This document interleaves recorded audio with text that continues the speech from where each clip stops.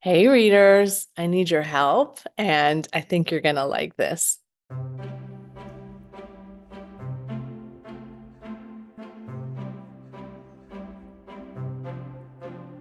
So every year, right before the holiday break, my youngest daughter, who teaches second grade in New Orleans, gifts a book to each one of her students. She's done this since the first year that she was a teacher. I think the first year she bought all the books herself. And since then, she's had a number of people that have supported her, including some of you here on my channel that have known her and follow all of us on social media. So I thank you in advance for years of purchasing books for her because that's been very, very helpful. I am not asking you to purchase books today, so don't worry about that. You can just put your mind at ease. But here's what's kind of going on. First of all, let me tell you why this is important to us as her parents and to us as donors. This book that these second graders get might be the only book they own at this point. So that's very, very important. And we've always felt the weight of that and wanted to make sure that kids get books pressed in their hands. I know Dolly Parton does this, a number of other people do this too. It's really something that I think we should all get behind because there are numbers and numbers and numbers of children that just don't have access to a book, just one book. The other thing is that she, of course, is very set on making sure that they learn how to read and that they enjoy reading. Her classroom always has I can't even tell you how many shelves of books that we unpack every year and shelve for her. Tons of them. And they do enjoy reading a book every single day. But there is something special about having your own book. And I can tell you that I was never at a loss for finding a book in my household, and my grandkids and my kids have not been either. But that's not always true for everybody. It's just not always something that people can spend their money on. So that's why this project is important to us. And of course, holiday gifting is a thing, right? Each year, we get to see videos briefly. Not everybody who donated, but we as her family, because we've met these kids typically each year, get to see the videos of them opening these up. And it's just so filled with joy. And then the kids also do a little thank you note for the people that sent them books, which is always sweet to see too. It's just a fun, wonderful project. But here's the problem. The last few years, we have picked the same author every year and have been able to give them a different title by this author every year. And we have exhausted the titles that that author has written. So we need some new titles. And so we were talking the other night about kind of how overwhelmed Megan is with going back to school after 12 weeks, having the new baby, getting her to daycare, all the things that have happened, just having a baby is different, right? We all know it. And Megan is a very organized, very methodical, very on target kind of a person. So when she feels overwhelmed, she's stressed. However, she is good at asking for help, and we're good at saying, how can we help as a family? The other day we were talking about how overwhelmed she is, and she said, I have to pick a book for the holiday gift, and I don't know what it's going to be. And I said, you know what? I can pick a book. Your mom and I can pick a book, right?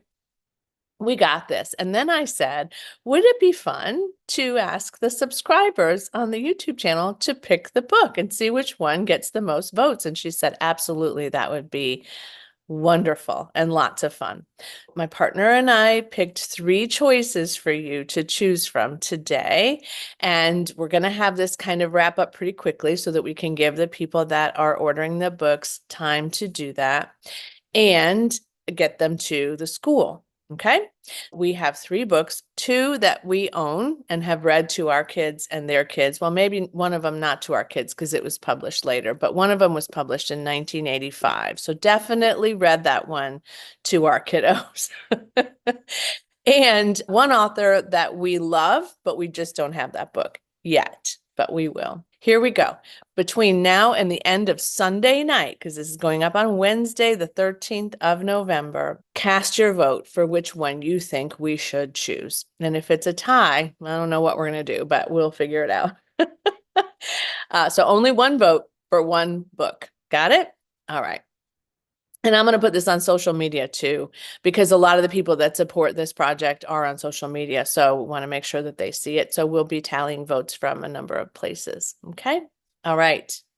The first one is If You Give a Mouse a Cookie by Laura Joffe, Numeroff, and illustrated by Felicia Bond.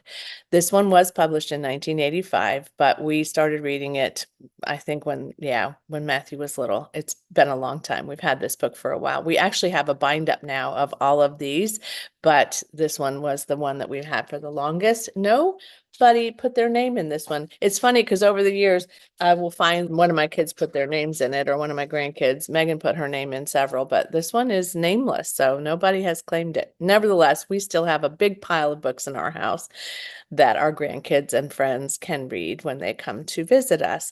This is a series of books. There is also If You Give a Moose a Muffin, If You Give a Dog a Donut. This is a great, great read for sure. This is about a little boy who gives a mouse a cookie one day, and when he gives the mouse a cookie, he wants something else. And so the entire book, and the other ones as well, is about all the other things that the mouse decides that he wants. And it finally does end, but it's so fun to read. And I really love this one. I love all of these. That's why you're voting. We can't choose. The Day the Crayons Quit by Drew Daywalt, and is also illustrated by Oliver Jeffers, which is upside down. And Oliver Jeffers has illustrated Stuck, and This Moose Belongs to Me. Now, I always love it when an author and a publisher gives the illustrator credit, not only for the book that they have illustrated that is currently in their hands, but also for others, because kids' books illustrators are hardcore talented. They are really amazing, and this one is no exception. We love this book so much, and the reason we love it is because it's about a boy named Duncan who doesn't treat his crayons very well. He peels the paper, he breaks them, he leaves them lying all around, he does all kinds of things. And the crayons tell you in this book in letters that they've written to Duncan, basically telling Duncan why they're quitting. And Duncan realizes that he hasn't been particularly kind to his crayons. It's really brilliant. It's lovely. Here's the back cover. Down with this sort of thing. We're not happy. Boo. Yeah, they're mad. They're very, very mad. And this one is my favorite. The battle lines have been drawn. I can't tell you how much we love these two books. There are others of this one, and there is a holiday one if you're looking for holiday gifts for your own little kiddos, but we're not doing holiday books because every kid in that class has a different, religious system, and we want to make sure this is very secular. And the last one, like I said, is by an author that we love. We just don't have this particular book, and this one is called Waiting is Not Easy by Mo Willems. I actually got an Elephant and Piggy book for my granddaughter for Christmas. The little one, she's going to love it, but it's a bind up of a number of Elephant and Piggy titles. And Mo Willems, let me just tell you, has written, I don't even know how many books, and I should look that up one day. He's just a best-selling author and a great guy. All these people are great people, for sure. Gerald is careful. Piggy is not. Piggy cannot help smiling. Gerald can. Gerald worries so that Piggy doesn't have to. Gerald and Piggy are best friends. And so Piggy has a surprise for Gerald, but he's going to have to wait and wait and wait. And it's not easy for Gerald to do that.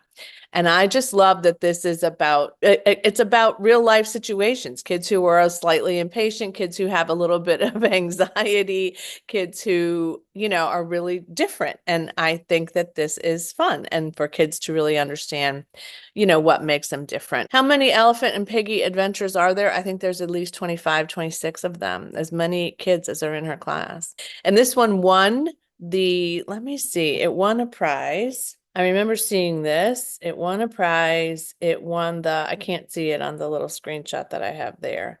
It won the Theodore Seuss Geisel Honor book. Mo Willems, very popular, very prolific, great guy. There we go. Again, I'm going to leave this open until Sunday night, and so you'll have that much time to vote. If you have any questions of me before you vote, feel free to ask me or to find me on social media. I'm on Instagram. I'm on Facebook, sort of, but I'll see if you sent me a message.